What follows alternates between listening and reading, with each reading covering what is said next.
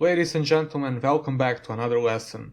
In this lesson we are finally going to complete the high score system, and with that we'll finish everything about score and text, and we'll also be a huge step closer to completing the whole game. In this lesson we are going to use the player prefs as well, just like we did with the current score in the last lesson. So this should be fairly easy. The score that we want to change is located in the game over scene, and it's the one below the best score text. Everything about these scores is handled in the score handler script, so go ahead and double click that script to open it up in Visual Studio. Once it's open, you can see comments indicating what our code does so far. So first off, we are targeting the variables to their correct text mesh components. After that, we are changing the current score according to how many stars the player collected during his last game. And after that, I'll write a comment explaining what we want our next piece of code to do. So we want to check whether the current score is greater than the high score, and if it is, we want the current score to become the high score.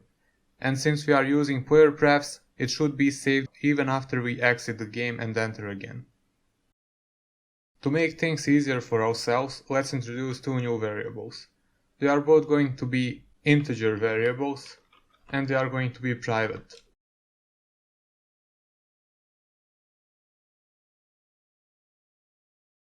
One is going to be called current, and the other one is going to be called high.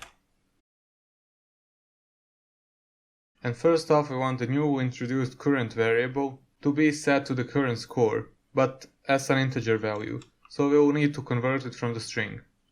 Type system.convert.toInt32. And the thing that we want to convert is located in player prefs. So type in player prefs.getString,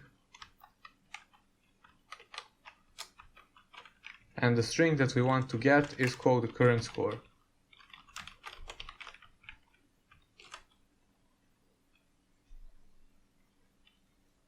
We can just go ahead and copy this, paste it right below it, and we are going to change the current to high, and we are going to change the current score to high score.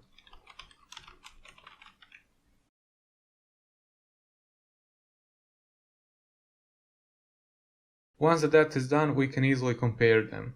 So if current is greater than high, then we want to execute the code between these brackets. And here we want to adjust the high score, if the current score is indeed higher than it. To do that, type player prefs.setString, and the string that we want to adjust is the high score, and we want to set it to current. We are getting an error because this is indeed an integer value and it needs to be a string value, so we can just convert it as we did before. Put it inside of brackets and in front of it type system.convert.toString. And that should get rid of every problem. After this is done, we want to set the high score text.text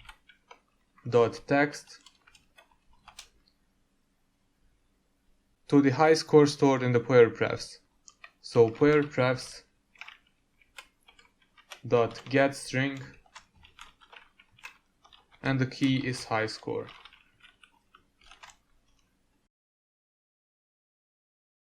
And this should be everything regarding the scores. So go to File and click on Save All. Go back to Unity, and let's see if it works.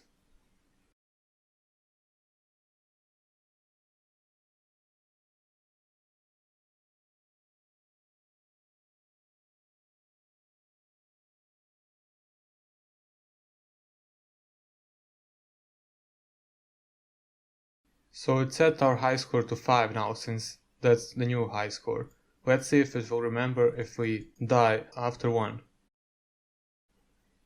Okay, now let's see if it will remember even after we exit the game and enter again.